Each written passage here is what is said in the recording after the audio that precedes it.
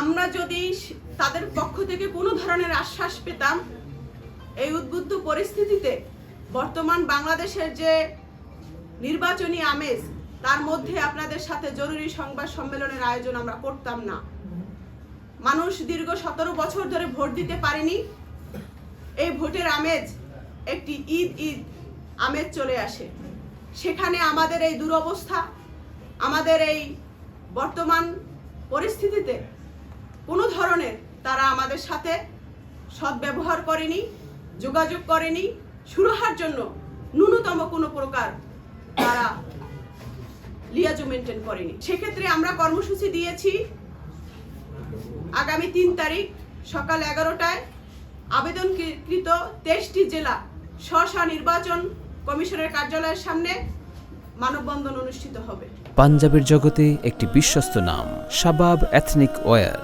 আপনারা দেখেছেন যে নির্বাচন কমিশনারের কর্তৃক সানাউল্লাহ সাহেব একটি ঘোষণা দিয়েছেন, একটি সিদ্ধান্ত জানিয়েছেন, যা বিধি ভঙ্গ করেছেন এবং নীতির জায়গা থেকে সে তার ওই পদে থাকার নৈতিকতা হারিয়েছেন। সেটি হচ্ছে বড় বড় রাজনৈতিক দলের প্রার্থীদের যারা যৌথ নাগরিক কিংবা ঋণখেলাপি যারা করছে তাদেরকে তারা মনোনয়নপত্র বৈধতা দিয়েছেন।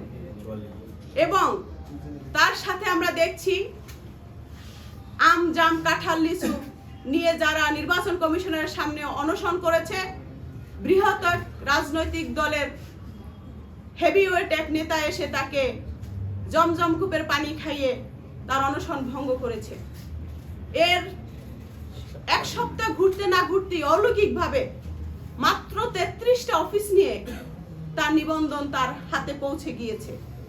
এটি অলৌকিক ভাববেন না, এটি সেই বিশাল বড় দল যাদের মদত রয়েছে, হেভিওয়েট নেতা যাদের সুপারিশ রয়েছে। এমনকি শুক্র শনিবারও তাদের জন্য অফিস খোলা হয়, তাদের এনআইডি কার্ড করা হয়। আমরা তো স্পষ্টভাবে বলেছি আমাদের জীবনের 5 তারিখের পরে এই জীবনের প্রতি কোনো মায়া নেই। আমরা যতটুকু বেঁচে আছি আমরা বোনাস জীবনযাপন করছি। হাসিনার মতো মানুষকে আমরা ভয় পাইনি, তার বিরুদ্ধে আমরা রুখে দাঁড়িয়েছি, আন্দোলন সংগ্রাম করেছি। আজকে যদি 5 তারিখ না আসতো তাহলে আমার অবস্থা কি হতো, আমাদের অবস্থা কি হতো, আপনারা যারা নিউজ কভারেজ করেছেন আপনাদের কি অবস্থা হতো একবার ভেবে দেখুন। অতএব হাসিনার মতো দুর্গ কোন রাজনৈতিক দল এখন পর্যন্ত তৈরি করতে পারেনি। সেই হাসিনার চোখে চোখ রেখে রক্ত চক্ষু উপেক্ষা করে হাসিনার অবৈধ মসনদ ভেঙে দিয়েছি। আমরা সেই তরুণ, আমরা সেই জেনজি। পাঞ্জাবের জগতে একটি বিশ্বস্ত নাম, শাবাব এথনিক ওয়্যার। অতএব কোনো বড় রাজনৈতিক দলের নেতা রুষ্ট হলো, কোনো বড় রাজনৈতিক দল রুষ্ট হলো, তাতে আমরা কেয়ার করি না। যেটা কথা স্পষ্ট সেটা স্পষ্টভাবে বলবো। আমরা জুলাই যোদ্ধা করেছি, আমরা মুসলেকা দিয়ে বিদেশে বসে রইনি, আমরা শিলংয়ে কিডন্যাপ হওয়ার নাটক করিনি। এই বাংলাদেশে থেকে হাসিনার বুকে পাড়া দিয়ে আমরা রাজনীতি করেছি, আন্দোলন সংগ্রাম করেছি। সেক্ষেত্রে আমরা প্রোটোকল পাই না। কোন আইনের ভিত্তিতে, কোন প্রজ্ঞাপনের ভিত্তিতে এত প্রোটোকল পায়? আমিও রাজনৈতিক দলের সেকেন্ড ম্যান, আমার প্রোটোকল কোথায়? আজকে আমি হাদি হব না, আমাকে আপনারা গুলি করবেন না, আমি এটা বিশ্বাস করব কিভাবে? হাদির বিচার আজ পর্যন্ত কেন হলো না? হাদিকে কেন গিনিপিগ বলা হবে? আজকে আমি আমাকে যখন হত্যা করা হবে আমাকেও আপনারা গিনিপিগ বলে সম্বোধন করবেন। তাহলে আপনারা বড় দল হয়ে অনুজদের কি শিক্ষা দিচ্ছেন? কেন বৈষম্যতা করছেন? আপনাদের পালে হাওয়া দিলে আপনারা অবৈধ কাজ করার জন্য আপনারা সুযোগ দেন। যে মানুষটা নির্বাচনের আগে 1700 কোটি টাকা জনগণের পকেট কাটতে পারে, সেই মানুষটা আপনি বিশ্বাস করেন সে এমপি হওয়ার পর, মন্ত্রী হওয়ার পর সেই মানুষটা সে 1700 কোটি টাকা ফেরত দিবে? সে বিদেশে যাবে না?